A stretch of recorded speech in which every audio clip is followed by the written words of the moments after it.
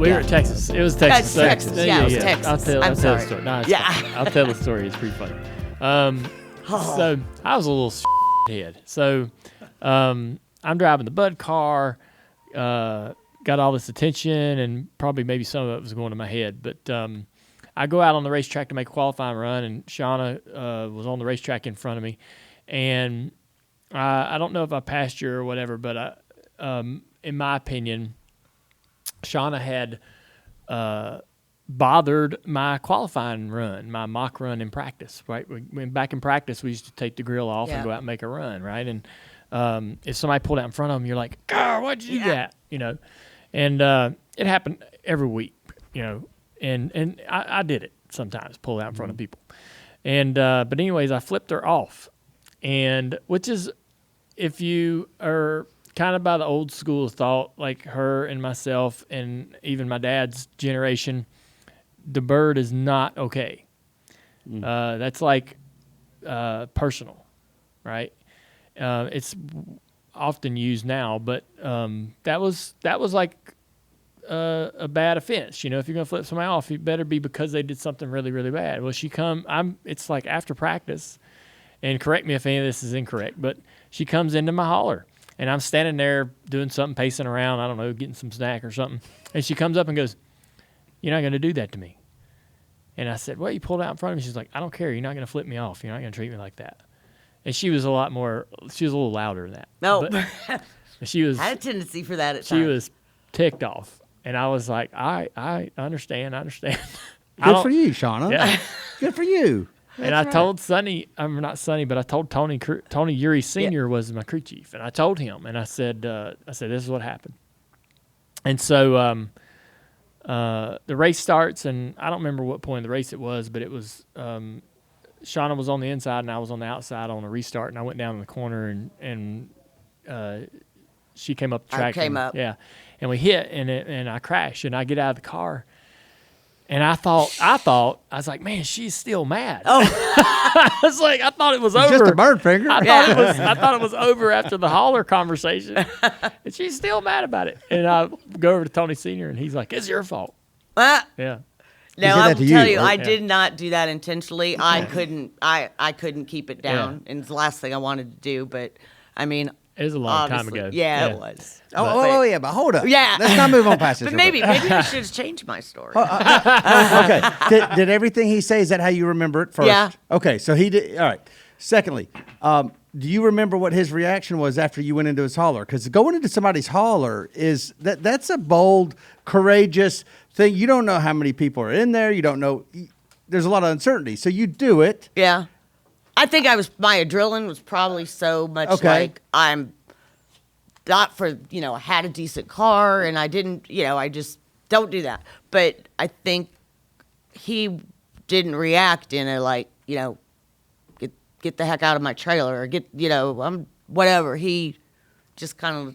I was like, "Sorry, Right. Dale. Right. I didn't know." I was like, sorry." She was so mad. Because you don't like confrontation at all. I was really uncomfortable. But, she had came to my holler, and it was important to her to give me this message, and I had enough respect for her that I was not going to, and I'm not that type of person to be like, shit, get out of here or something. Yeah. I was like, yep, I got it. I understand. Yeah. Yeah, and then I was. Wait just a second. It just occurred to me. Wait a second. Are you still with Jeff Clark at this time? No. Okay. No, we're great. Our kids are. No. I'm not now. I'm talking about at the time of this. That was 04, 05. Nope.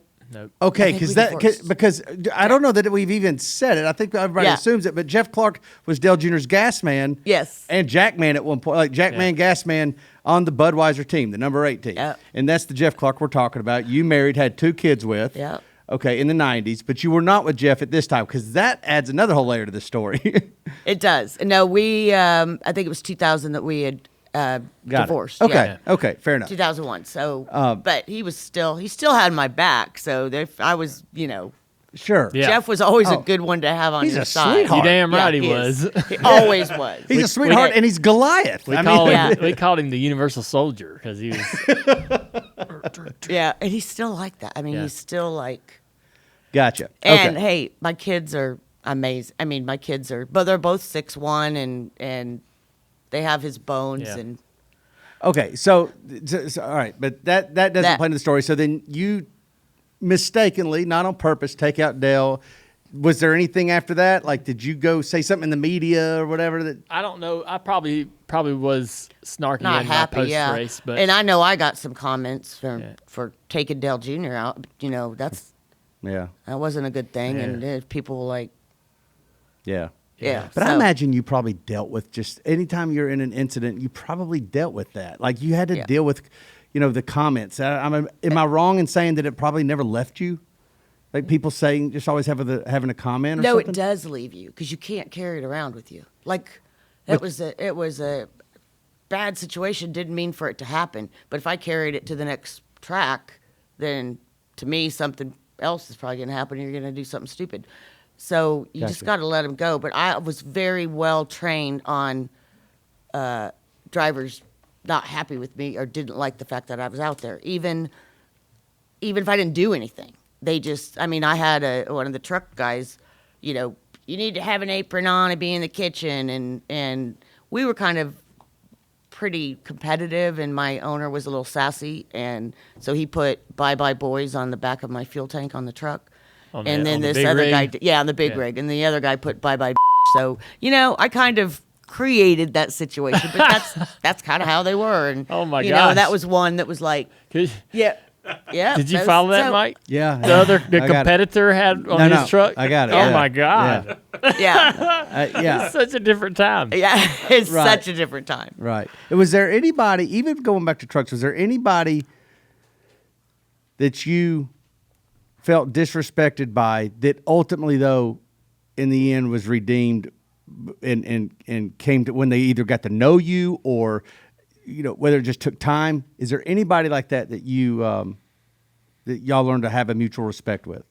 Yeah, I think in the dash cars, Larry Cottle was really competitive at that time, and I was running real well at that time. And we had a couple incidents, and bad words were said, or just it was kind of like we were always kind of there. There would always be kind of something where is he going to take me out or am I going to take him out? But it was this, and then it came to be to where he approached me at one of the races, and he had come up and he's like, I think it's pretty cool racing with you, and you are a racer. He's like, you start out with the situation. There were very few women in the sport. There was another girl running in the dash series at that time, but you kind of come in there and it's all show, it's all media. Da, da, da, da, da. Well, let's see if she can prove herself. And he's like, yeah, you gave me a hard time. I gave you a hard time, but I respect you as a driver, and you're one of the best ones out here. So that was a pretty cool thing to happen. Yeah.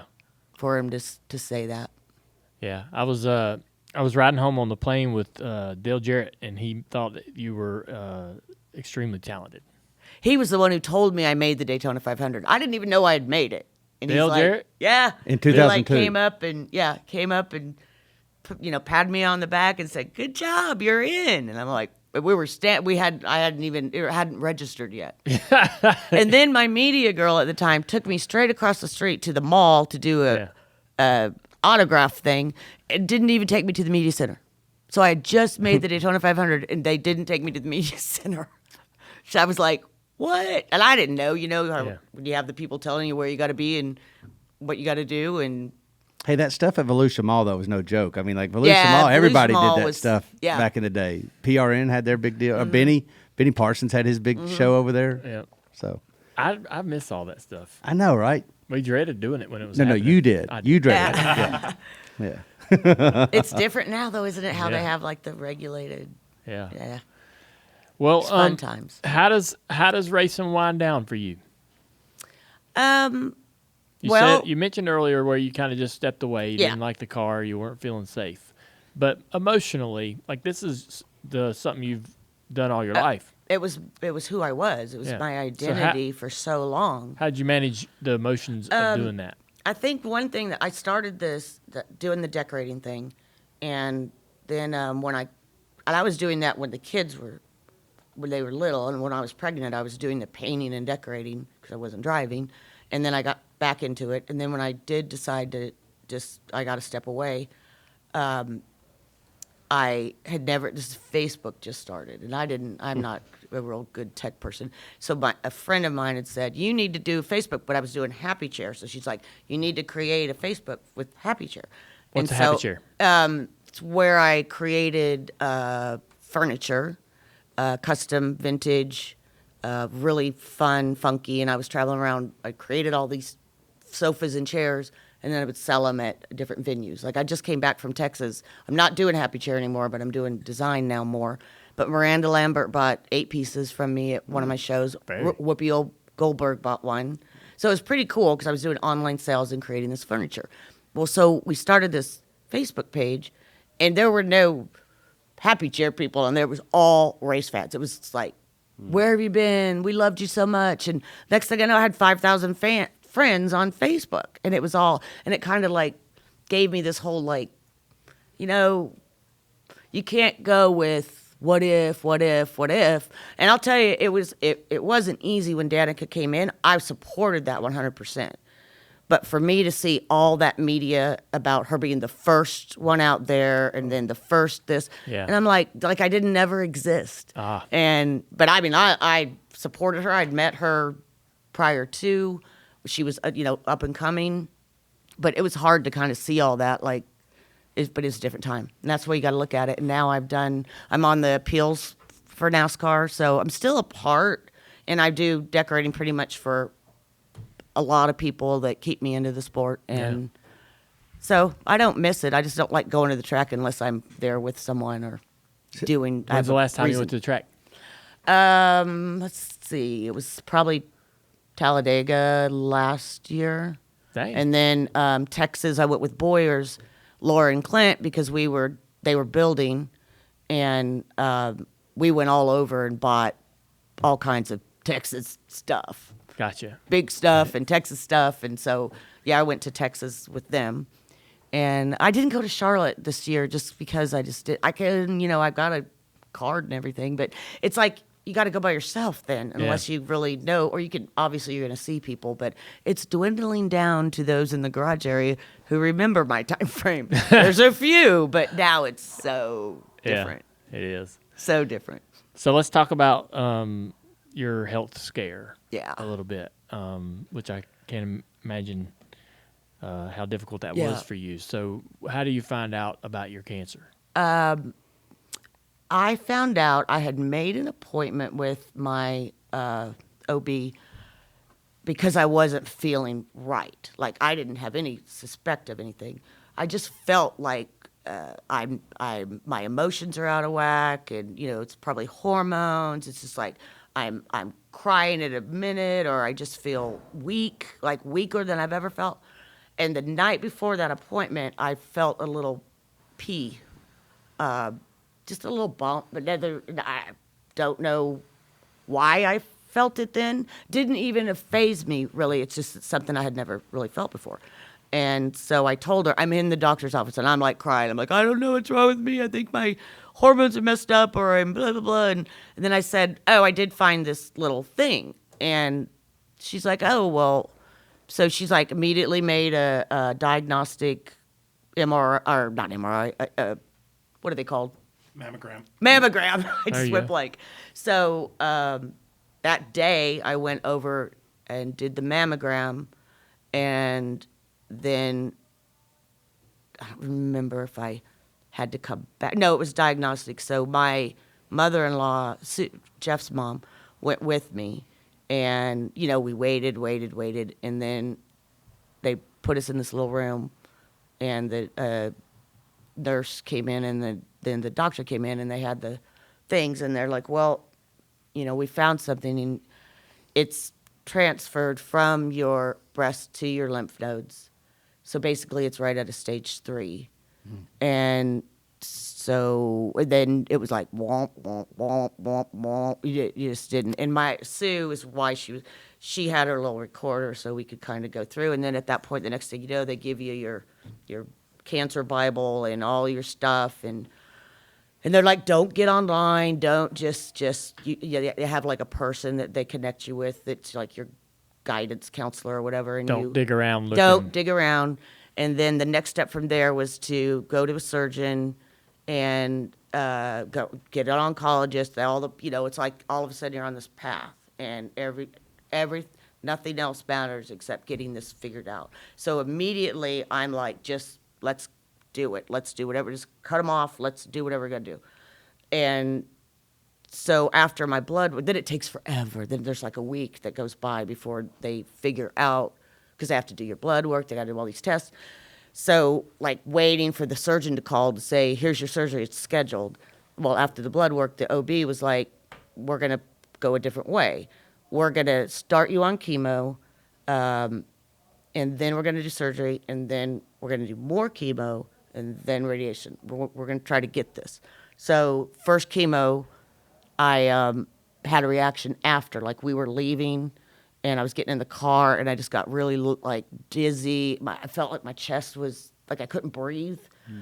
So went back in, and they basically put me in the ER and checked everything, and I had a reaction to one of because it was strong. It was a strong dose. The first time chemo, I'm saying, so what's with when's my hair going to fall? Because that's the thing you should think about.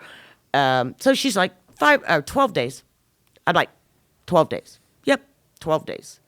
And I'm like, oh, I wasn't really expecting that answer. And that's how it was. It was like, so once they redid the formula that they were putting me on, the cocktail, as they say. So I did chemo, had surgery. They were able to remove the lump. I did more chemo. Then they checked again to make sure nothing was coming back. And then I did I was getting ready to start radiation, which was going to be 28 days. My chemo was extra. It was like 2 years because I had to, so it was more than usual. Like usually you do surgery, then you do chemo, then you're done. And I was getting ready to start radiation, and Ray and Aaron Evernham called me about doing a remodel in their condo in Amelia Island. And I'm like, well, I'd been going through it. I was still doing, like I would every day. You just had to listen to your body. Every day that you knew that you felt good, then do something. And then there's days you just got to listen. And if you don't, there was a lot of Epsom salt baths and a lot of nausea and a lot of stuff. But you just kind of had to keep going because you knew you're going through this path. And so anyway, work was one of the things that I loved to be able to work. When I felt good, I worked. And so I ended up starting my radiation at the Mayo Clinic in Jacksonville. And I went and remodeled their condo. I would go to the ferry and drive it over to the radiation every day, except weekends, and back. And then I worked with builders. Picked out stuff. There were days I didn't feel good. They totally worked with me and finished my radiation, finished the project, which got me through it. And that's crazy. It did. But I'll tell you, radiation was a lot more than I thought it was going to be. Chemo was hard because you feel like crap. And you never know how you're going to react to certain things.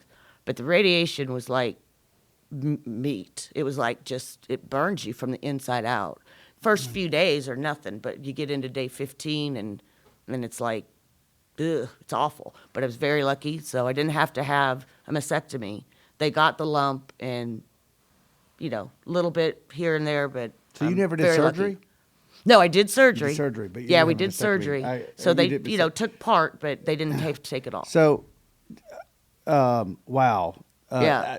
Like, how long are we talking about? Like, what kind of time span from the time you found out you had cancer to the time? 2014 through 17, I was in treatment. Right before that, like with less than 6 months, Jeff's dad had died from prostate cancer. I ended up having the same oncologist and same chemo person in the same that he did. And Sue, my mother-in-law, was very, she had just gone through the loss of him, which was very unexpected. And then less than a year after I was done, my son, 19 years old, got testicular cancer. And it was like, this is not happening. And his process was much quicker with chemo. Like, they did it in a 3 to 4 month period. He lost his hair. He was fragile, and But they did get everything, and he didn't have to do radiation. He just had to do his chemo, and now it's been, I think he's going on year 3, and I'm on year 6. So to be cancer-free. What's the process for you, yearly, annually? Yeah, it used to be every 3 months. I'd have to have a scan. What's that? Like a mammogram scan, a diagnostic. Just to go in. Just to go and look. A couple hours. Yep. And there was another lump came back. They had to do the diagnostic, which means they'd go in there with a needle. And it was all fatty tissue. There was no cancer that was showing. So my last scan was just a few months ago, and they said, you don't need to come back for a year. You're looking good. That's Congrats. Nice. So yeah. Good for great. you. Wow. All right, guys, I know a little bit about cars, so believe me when I tell you that Tire Pros, they're the real deal. They've got great people, great service, and they can take care of all your automotive maintenance needs. Plus, they're a sponsor of this show, so you know they got great taste in podcasts. So check out Tire Pros. Follow them on Facebook and tell them that I sent you.